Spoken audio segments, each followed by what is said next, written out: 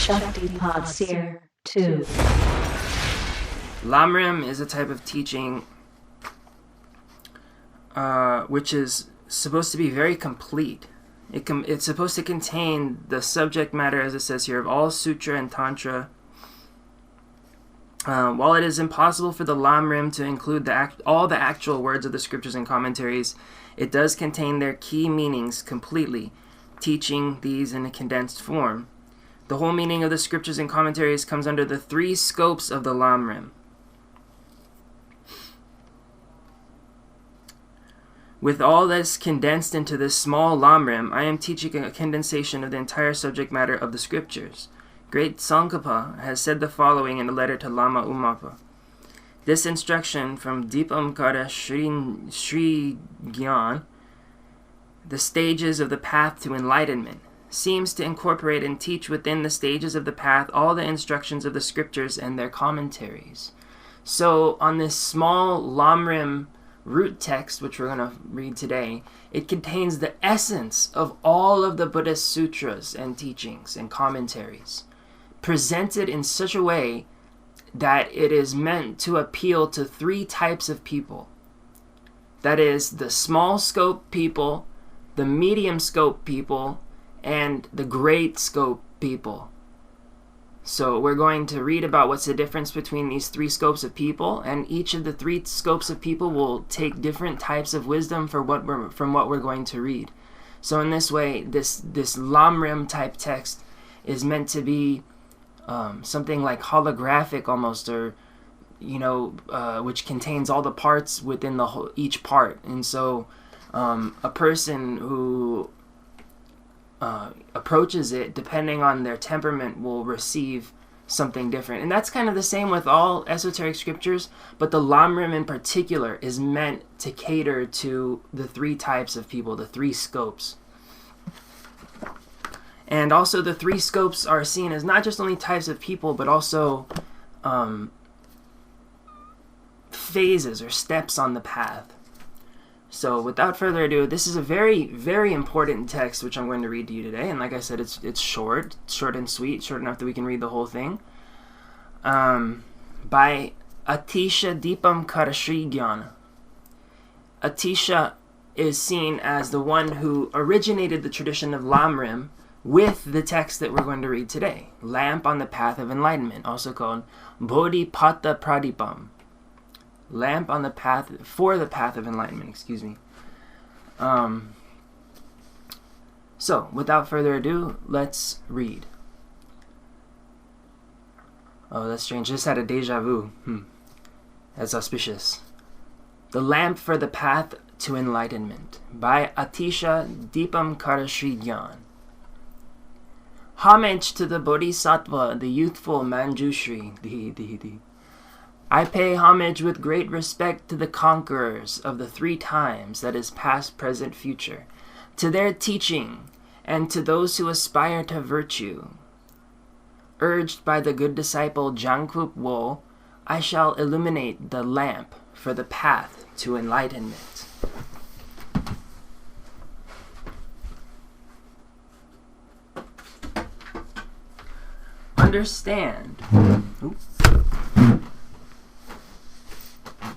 Understand, there are 3 kinds of persons because of their small, middling, and supreme capacities. Understand that there are 3 kinds of persons because of their small, middling, and supreme capacities. I shall write clearly distinguishing their individual characteristics. Know that those who by whatever means seek for themselves no more than the pleasures of cyclic existence are persons of the least capacity. Those who seek peace for themselves alone, turning away from worldly pleasures, avoiding destructive actions, are said to be of the middling capacity.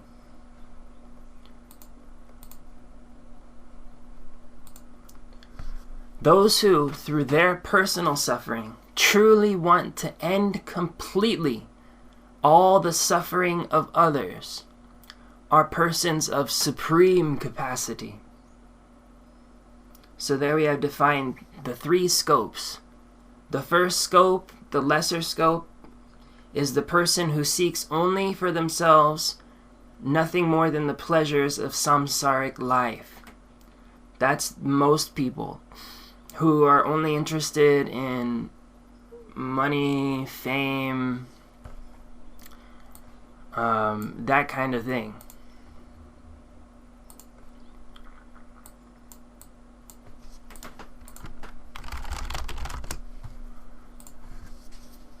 The second scope are people who seek peace for themselves alone and avoid destructive actions. So you can see that in a good amount of people. A lot of the more liberal people in our country, in America, are those who might fall into the second category, who genuinely want peace for themselves and who turn away from, well, then again, I can't really say that those people turn away from worldly pleasures, can I? So I guess they would still be people of the first category, I guess. There really aren't too many people even of the second category. Those who seek peace for themselves and turn away from worldly pleasures. How many people in America are like that? Maybe 1 in a million. Avoiding destructive actions. I mean, you can say that a certain amount of the fundamentalist Christian population is like that, but I wonder how many of them really turn away from worldly pleasures, or how many of them are just kind of afraid of worldly pleasures because of the Bible and all the talk of hellfire and stuff, and avoid destructive actions. I mean, you could probably say that a lot of Christians are in the second category. And the third category, those who through their personal suffering truly want to end completely all the suffering of others, are persons of supreme capacity. For those excellent living beings who desire supreme enlightenment, I shall explain the perfect methods taught by the spiritual teachers. Facing paintings, statues, and so forth, of the completely enlightened one, reliquaries, and the excellent teaching, offer flower, incense, whatever you have. With the 7-part offering from the prayer of noble conduct, with the thought never to turn back till you gain ultimate enlightenment, and with the strong faith in the 3 jewels, kneeling with one knee on the ground and your hands pressed together, first of all take refuge 3 times. Next, beginning with an attitude of love for all living creatures, consider beings, excluding none, suffering in the 3 bad rebirths, suffering birth, death, and so forth. Then, since you want to free these beings from the suffering of pain, from the suffering and the cause of suffering, arouse immutably the resolve to attain enlightenment. The qualities of developing such an aspiration are fully explained by Maitreya in the Array of Trunks Sutra. Having learned about the infinite benefits of the intention to gain full enlightenment, by reading this sutra or listening to a teacher, arouse it repeatedly to make it steadfast. The sutra requested by Viradatta fully explains the merits therein. At this point, in summary, I will cite just 3 verses. If it possessed physical form, the merit of the altruistic intention would fill all of space completely and exceed even that. If someone were to fill with jewels as many Buddha fields as there are grains of sand in the Ganges to offer to the protector of the world, this would be surpassed by the gift of folding one's hands and inclining one's mind to enlightenment, for such is limitless. Having developed the aspiration for enlightenment, constantly enhance it through concerted effort. To remember it in this and also in other lives. Keep the precepts properly as explained. Without the vow of engaged intention, perfect aspiration will not grow. Make effort definitely to take it, since you want the wish for enlightenment to grow. Those who maintain any of the 7 kinds of individual liberation vow have the ideal prerequisite for the bodhisattva vow, and not others. The Tathagata spoke of 7 kinds of individual liberation vow. The best of these is glorious pure conduct, said to be the vow of a fully ordained person. According to the ritual described in the chapter on discipline in the bodhisattva stages, take the vow from a good and well-qualified spiritual teacher. Understand that a good spiritual teacher is one skilled in the vow ceremony, who lives by the vow and has the confidence and compassion to bestow it. However, in case you try but cannot find such a spiritual teacher, I shall explain another correct procedure for taking the vow. I shall write here very clearly, as explained in the Ornament of Manjushri's Buddha Land Sutra, how long ago when Manjushri was Ambaraj, he aroused the intention to become enlightened. Manjushri is the bodhisattva embodying the wisdom of the Buddhas. In the presence of the protectors, I arouse the intention to gain full enlightenment. I invite all beings as my guests, and shall free them from cyclic existence. From this moment onwards, until I attain enlightenment, I shall not harbor harmful thoughts, anger, avarice, or envy. I shall cultivate pure conduct, give up wrongdoing and desire, and with joy in the vow of discipline, train myself to follow the Buddhas. I shall not be eager to reach enlightenment in the quickest way, but shall stay behind until the very end, for the sake of a single being. I shall purify limitless and conceivable lands and remain in the 10 directions for those who call my name. I shall purify all my bodily and my verbal forms of activity. My mental activities, too, I shall purify and do nothing that is non-virtuous. When observing the vow of the active altruistic intention, have trained well in the 3 forms of discipline, their respect for these 3 forms of discipline grows, which causes purity of body, speech, and mind. Therefore, through effort in the vow made by bodhisattvas for pure, full enlightenment, the collections for complete enlightenment will be thoroughly accomplished. All Buddhas say the cause for the completion of the collections, whose nature is merit and exalted wisdom, is the development of higher perception. Just as a bird with undeveloped wings cannot fly in the sky, those without the power of higher perception cannot work for the good of living beings. The merit gained in a single day by one who possesses higher perception cannot be gained even in 100 lifetimes by one without such higher perception. Those who want swiftly to complete the collections for enlightenment will accomplish higher perceptions through effort, not through laziness. Without the attainment of calm abiding, higher perception will not occur. Therefore, make repeated effort to accomplish calm abiding. While the conditions for calm abiding are incomplete, meditative stabilization will not be accomplished even if one meditates strenuously for thousands of years.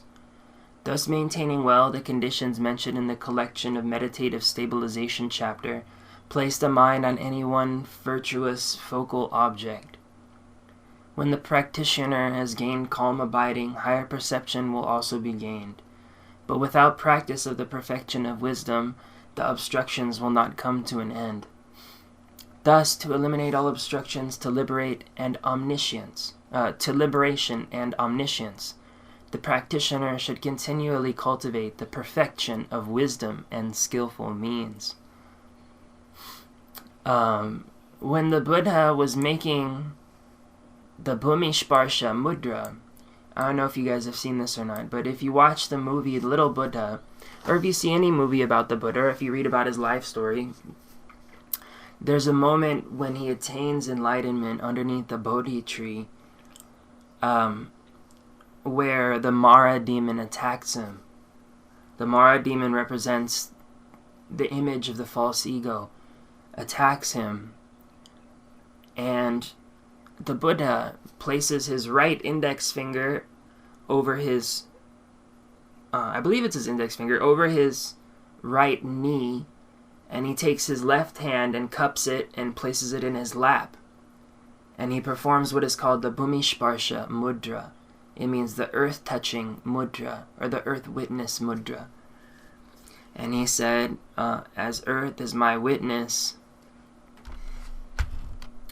he said something like, you are pure illusion, only the Lord of my false ego, and as earth is my witness, something, something, something.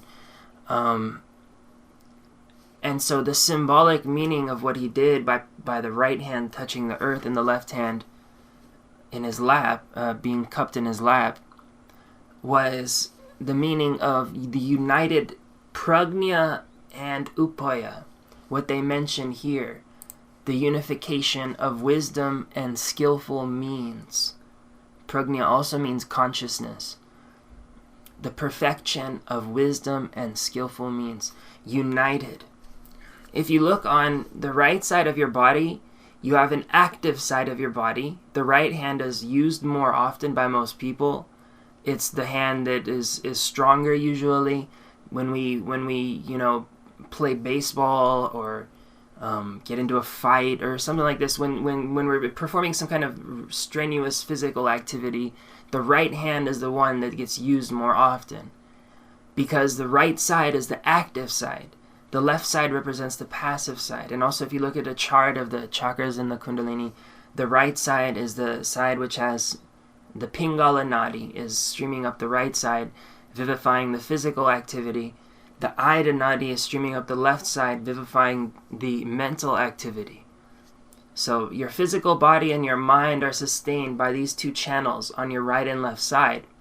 So what the Buddha was doing was symbolizing the archetypal prajna with his left, archetypal consciousness, the internal, the lunar aspect of enlightenment, and the right finger symbolized his right active upaya, which means skillful means. So the unification of upaya, action, skillful action to cultivate enlightenment, and also deliver others. Also, any bhakti is skillful means. Any kind of active practice which involves, skillful means, which involves you performing some kind of external action in order to progress on the path. Doing some kind of form of yoga, going and visiting a pilgrimage site, playing a trick on your friend in order that you enlighten him a little bit or something. These are all types of skillful means. It's like the external, not even external, but just the active part of your practice. When your skillful means are united with the perfection of wisdom or consciousness, prajna, enlightenment is effected. The two archetypal halves of the self are united and produce bhava, produce the constitutional relationship, produce your foundation of enlightenment. And so Bhumi Sparsha, touching the earth, because the earth is what? The foundation. So likewise, the union of wisdom and skillful means is the foundation of the Buddha's enlightenment. It's actually a very important part in the Buddha's Leela in his lifetime. One of the most crucial parts is when he does the Bhumi Sparsha mudra. There's a lot to be realized by that symbolism. Anyway, let's continue. Wisdom without skillful means, and skillful means too without wisdom, are referred to as bondage. Therefore, do not give up either. To eliminate doubts concerning what is called wisdom and what is called skillful means, I shall make clear the difference between skillful means and wisdom. Apart from the perfection of wisdom, all virtuous practices, such as the perfection of giving, are described as skillful means by the victorious ones. Whoever, under the influence of familiarity with skillful means, cultivates wisdom, will attain enlightenment, not just by meditating on selflessness. So here's the important part, that enlightenment is the dynamic combination of the sun and the moon of meditation, which is the moon, and then the actions are the sun. So these two aspects, inside, outside, Ida Nadi, Pingala Nadi, they represent two extremes which are brought into harmony, the unification of the middle way, so to speak. And only this is the method for attaining quick enlightenment. As he says, not just by meditating on selflessness. Because there's still, after meditating on selflessness, there's still necessity for action. You can never cut out action all the way. And that's a Vaishnava philosophy also, that the people who meditate on merging themselves in kind of nothingness, or merging themselves in kind of a formless non-definition event, and they do nothing but that, and they think that all action is false, these people will eventually come back to the world, and so it's not true liberation. True liberation on the bodhisattva path, which means that you are devoted towards ending the suffering of living beings. As we read earlier, the great scope is encapsulates those people who, through their own suffering, sincerely wish to deliver others from their suffering. This transcends even that selfless meditation of a Pratyeka Buddha, for example, is what a Pratyeka Buddha is like a self-enlightened person who does nothing for others but just enlightens themselves. The Buddha says that these type of people are not even following the path truly. The only path available is the Mahāyāna, is the bodhisattva path, the path of service, the path of giving, the path of employing yourself in the skillful means of trying to deliver yourself and others. So by the combination of these two things, the active, skillful means, and the passive prajna, which means consciousness or wisdom, just as in the Prajna Paramita Sutra, which means the Heart Sutra, which is the realization of ultimate wisdom, which is the emptiness of inherent existence of things. Through those two combinations, we'll be sure of finding the path to enlightenment quickly. Continuing. Whoever, under the influence of familiarity with skillful means, cultivates wisdom will quickly attain enlightenment, not just by meditating on selflessness. Understanding emptiness of inherent existence through realizing that the aggregates, constituents, and sources are not produced is described as wisdom. Something existent cannot be produced, nor something non-existent like a sky flower. These errors are both absurd, and thus both of the two will not occur either. A thing is not produced from itself, nor from another, also not from both, nor causelessly either. Thus it does not exist inherently by way of its own entity. This is the proper realization of emptiness. Then nothing exists independently. So we have this idea so much that I came into this world, I have a set beginning and a set ending. My body was produced at this certain point. It will be destroyed at this certain point. When in actuality, those elements are unproduced. Those elements didn't come from anywhere. They're eternally existing as a part of the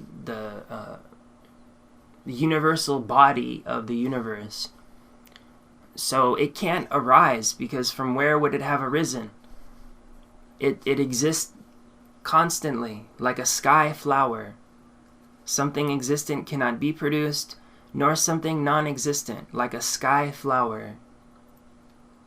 Or like the example that I like most is a flash of lightning to describe the nature of how things are, this like pulsating, present, continuous stream.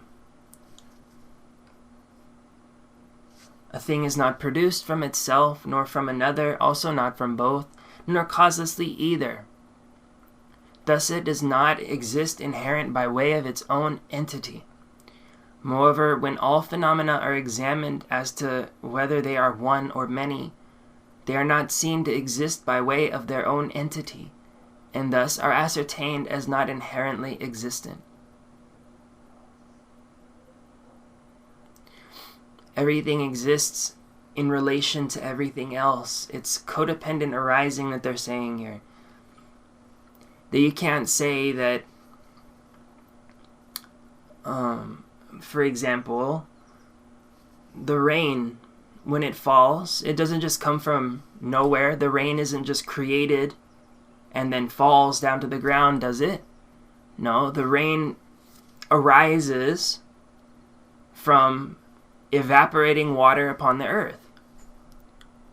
And the rain falls again, and the rain evaporates into the sky and then falls again. So, likewise, everything exists in relation to other things. Nothing exists independently of its own entity. The reasoning of the 70 stanzas on emptiness, the treatise on the middle way, and so forth, explain the nature of all things is established as emptiness. Since there are a great many passages, I have not cited them here, but have just explained their conclusions for the purpose of meditation. Thus, whatever is meditation on selflessness in that it does not observe an inherent nature of phenomena, is the cultivation of wisdom. Just as wisdom does not see the inherent nature in phenomena, having analyzed wisdom itself by reasoning, non-conceptually meditate on that. The nature of this worldly existence, which has come from conceptualization, is conceptuality. Thus, the elimination of conceptuality is the highest state of nirvana. So, to see reality in its naked form, without saying that, oh, it's like this, it's like that, but just to see it without conception is the highest nirvana. Because then you're not saying that I am an independent existing thing, separate, having my own little experience, but we see a totality. Like a mandala, almost. And you can't say concretely, this is this thing, this is that thing, because everything has arisen together from that mandala of totality.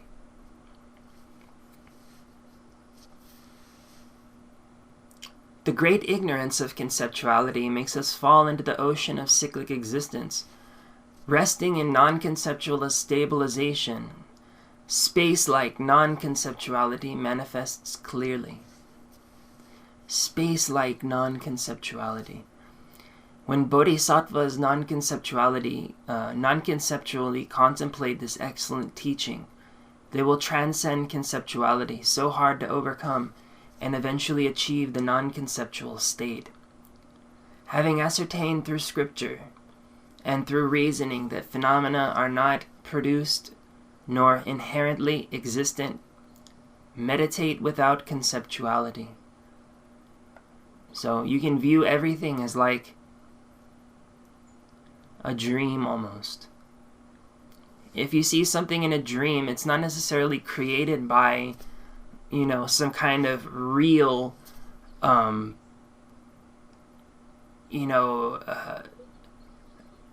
causes and conditions. Like, when you're in a dream, you're not thinking, okay, this dream world was created by a big bang and the molten rocks collected from the sun and the asteroids and da-da-da. You're not thinking about all these causes and things like that in the dream world. The dream world is just a kind of mental reflection, is it not? I've had dreams before where, very lucid dreams, where you can create things almost in your mind, and you can see them in the dream world happen. It's like that with this world, only it's a little bit different and happening from a different angle, from above to below, whereas in the dream world it's happening kind of like from below to above in a way. But it's like that. The nature of things are a stream of mind. The whole of the universe is like that. So we don't say that the mind stream arose from some previous big bang or something, but rather the mind stream is continuous. So when you have this continuous mind stream, you're not confused by past, present, future. And let me read a short verse from Nagarjuna, 2 verses. Just as a moment has an end, so a beginning and a middle must be considered. This is due to the triple nature of a moment. There is no momentary abiding of the world. Also, the beginning, middle, and end are to be analyzed like a moment. Therefore, beginning, middle, and end are also not produced from self or other. It exists magically from neither self or other.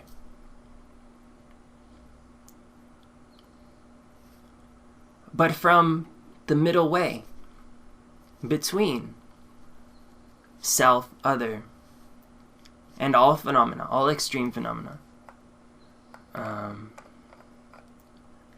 How could the world exist in fact with a nature pressed beyond the 3 times, not going when disintegrating, not coming and not staying for even an instant? Because the coming, going, and staying of the world and nirvana do not exist as their own reality. What difference is there in fact between the two? If due to the non-existence of staying, production and cessation do not exist as their own reality, how could production, staying, and ceasing exist in fact?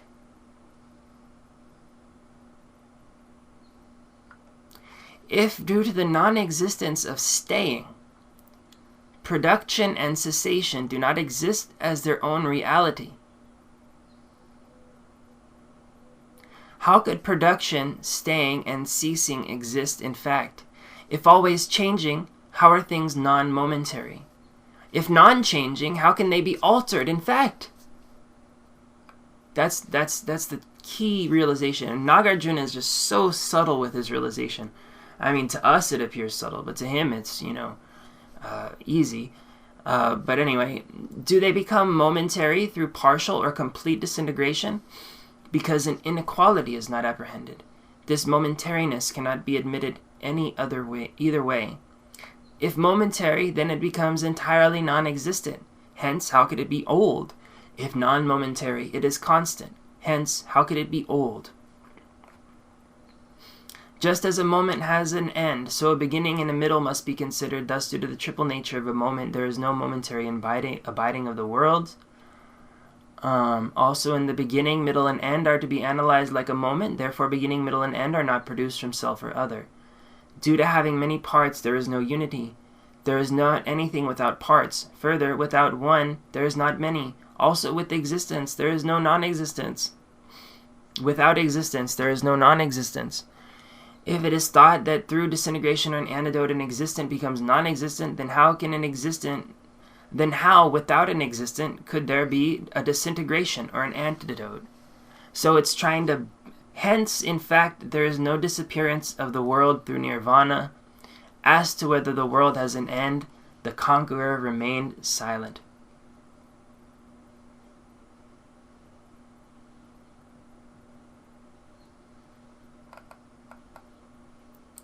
Very subtle what he's saying, and powerful as well. Talking about how that things cannot possibly arise, that the entirety of creation is the middle way between eternalism, nihilism, arising, non-arising, self, other, duality, non-duality. The middle way between these things is a transcendental, magical truth which transcends all conceptual framework which is posed in this dualistic, conceptual manner. Continuing on our scripture, which is almost done, I think. Where were we?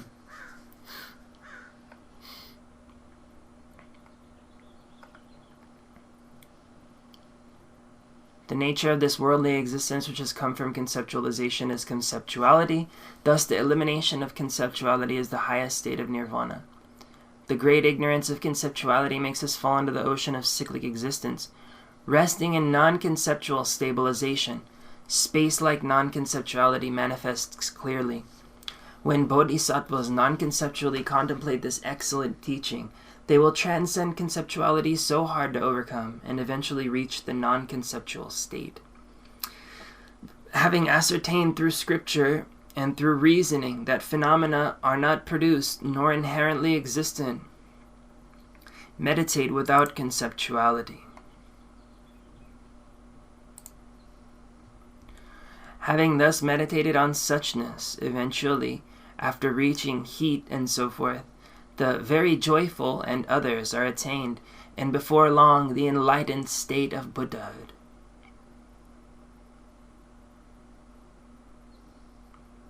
If you wish to create with ease the collections for enlightenment through activities of pacification, increase and so forth, gained by the power of mantra, and also through the force of the 8 and other great attainments like the good pot, if you wish to practice secret mantra, as explained in the action and performance tantras, then to receive the preceptor initiation you must please an excellent spiritual teacher through service, valuable gifts, and the like, as well as through obedience.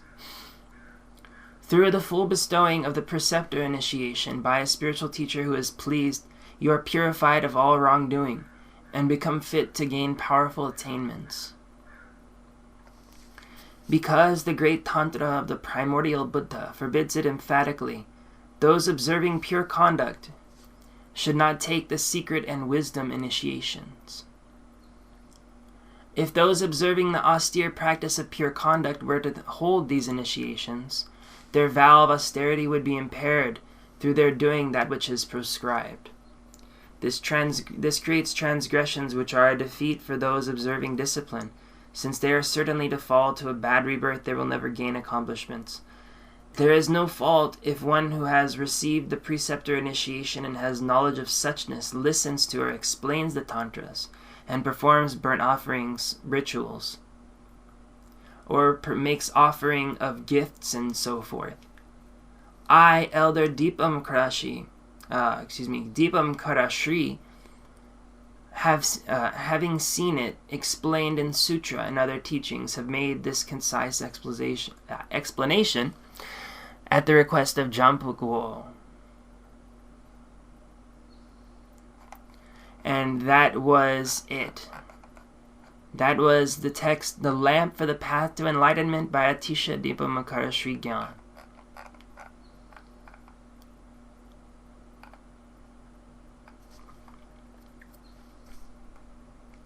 There's another little thing included at the end called the 7-part practice, the King of Prayers, the prayer of noble conduct. So let me read that real quick because it seems to be included in this for a reason.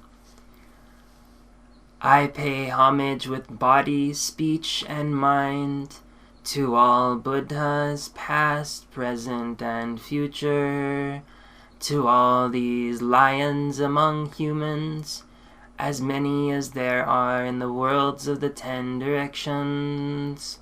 Through the power of this prayer of noble conduct, in my mind's eye I see all those victorious ones.